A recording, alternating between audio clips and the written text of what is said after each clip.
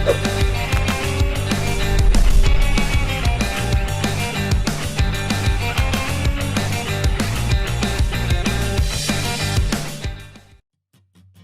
everyone, Ashley here with another video for the Penguin Palace Stamps YouTube channel. And today I'm happy to share this really cute Get Well or encouragement card using the Rain Apart stencil and the Get Well Soon stamp set. So without further ado, let's get into it. I'm starting by making the background using that Rain Apart stencil. So I cut down a piece of red cardstock to slightly smaller than a standard sized card base, and I'm just aligning the Rain Apart stencil over top. I actually had placed a few pieces of masking tape behind the paper facing up so that the sticky side was up, and then when I placed the stencil over top, they stuck to that masking tape and allowed the stencil and paper to stick together when I'm placing this glitter glaze over top. So once I had the stencil all aligned, I began to add a red glitter glaze over top using a plastic palette knife. So my technique for this is just to add a little bit of the glitter glaze and then spread it out using the palette knife slowly, and to just continue doing this over and over until I feel like the entire surface is covered and it's smooth. So oftentimes I'll scrape away a little bit of excess, or in places that need a bit more, I'll add a bit more. And I find that oftentimes when you're scraping off the excess, that kind of builds up a big chunk of the glaze on the palette knife, and then you can just use that to add into spaces that need a bit more. So you actually really don't need to use very much glitter glaze to really cover the entire card panel, which is nice. So when you're done applying that glitter glaze onto the panel, you can go ahead and remove the masking tape and you'll reveal that beautiful pattern beneath, which is textured and glittery and sparkly and gorgeous. I put this aside to dry. I recommend leaving it for at least 1 to 2 hours, and you can always test it by kind of just gently touching it and making sure that it is in fact dry. In the meantime, while the card front is drying, I stamped out the images that I was planning to use for the card.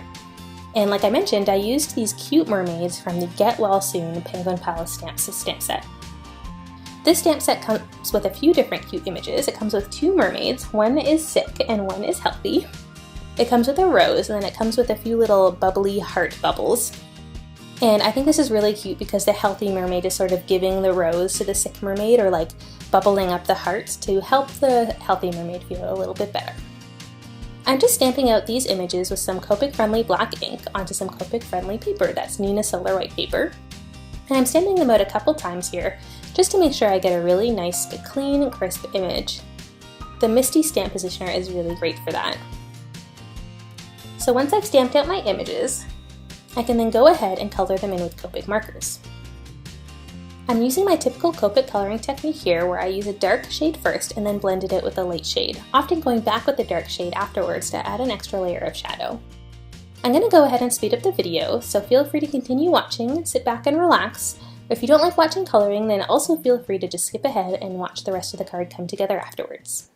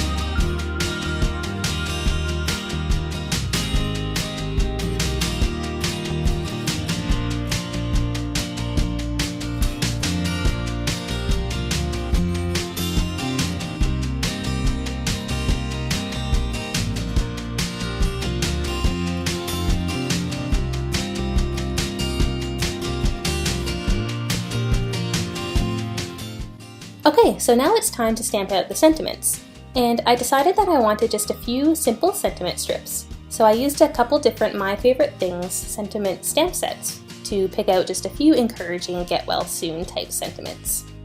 I lined them straight in my stamp positioner, and now I'm using some Versamark ink to stamp them out. And I'm going to go ahead and emboss them using gold embossing powder. I wanted them to be shiny and really stand out against that red background. So once I've stamped them out in Versamark ink, I make sure to really press down to get a good impression, and then I can coat them in the embossing powder. Before I stamped them, I also used an embossing buddy, so just a dry bag of anti-static powder to make sure that any static was gone, and that kind of helps to remove any excess embossing powder sticking to your paper where it shouldn't. So I coated those sentiments in gold embossing powder and then just patted off any excess using my finger. I just kind of flicked the back of the paper.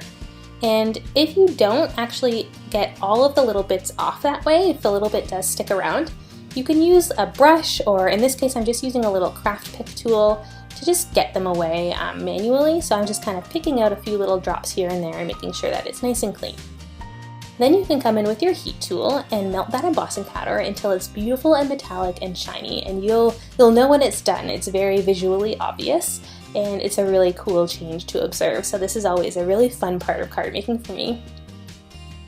So off camera I went ahead and trimmed those down so that they're little sentiment strips. And then we can build the card. So off camera I also cut down a card base using some red cardstock, the same color as I used for the card front, into a standard card size, so that's 4 1/4 by 5.5 inches. I also cut down a piece of pattern paper that's this pink kind of stripy colored pattern, and I just glued that down with liquid glue onto the card base. It's slightly smaller than that card base, so I believe that panel was 4 inches by 5 1/4. I'm now using some fun foam to separate the layers and just adhering that with double-sided tape.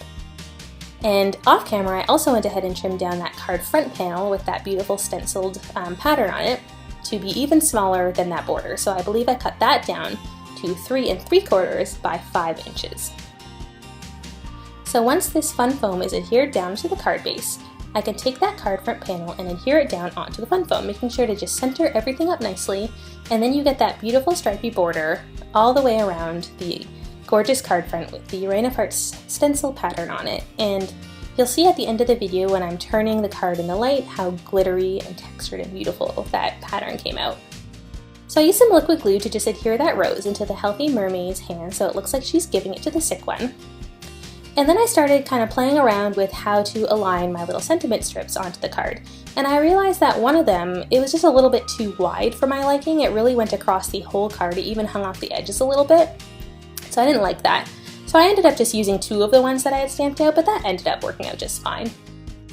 So that top one says "You are loved a lot," and the bottom one says "Sending you strength." Afterwards, I just used some foam squares to adhere all of these elements down onto the card. So I adhered the sentiment strips down in the middle in almost like a slight diagonal fashion. And then I also used foam squares to adhere the mermaids down onto the card front as well, one on top and one on bottom.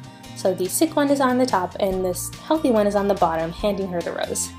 And then those cute little bubbles are just kind of coming up the side. So the foam squares were a nice way to adhere everything down because they add an extra level of dimension and interest to a card that would otherwise maybe be a little bit flat. So that is the card for today. Here you can see, like I mentioned, turning the card in the light, you see that beautiful texture. The hearts are really a little bit raised off of the card panel, which is really beautiful, and of course they are super sparkly and glittery. So thank you so much for watching this video. I hope you enjoyed. If you'd like to see more cards like this, definitely head over to either my Instagram account or Penguin Palace's Instagram account. Both are linked in the description box down below. Thanks for watching. Bye!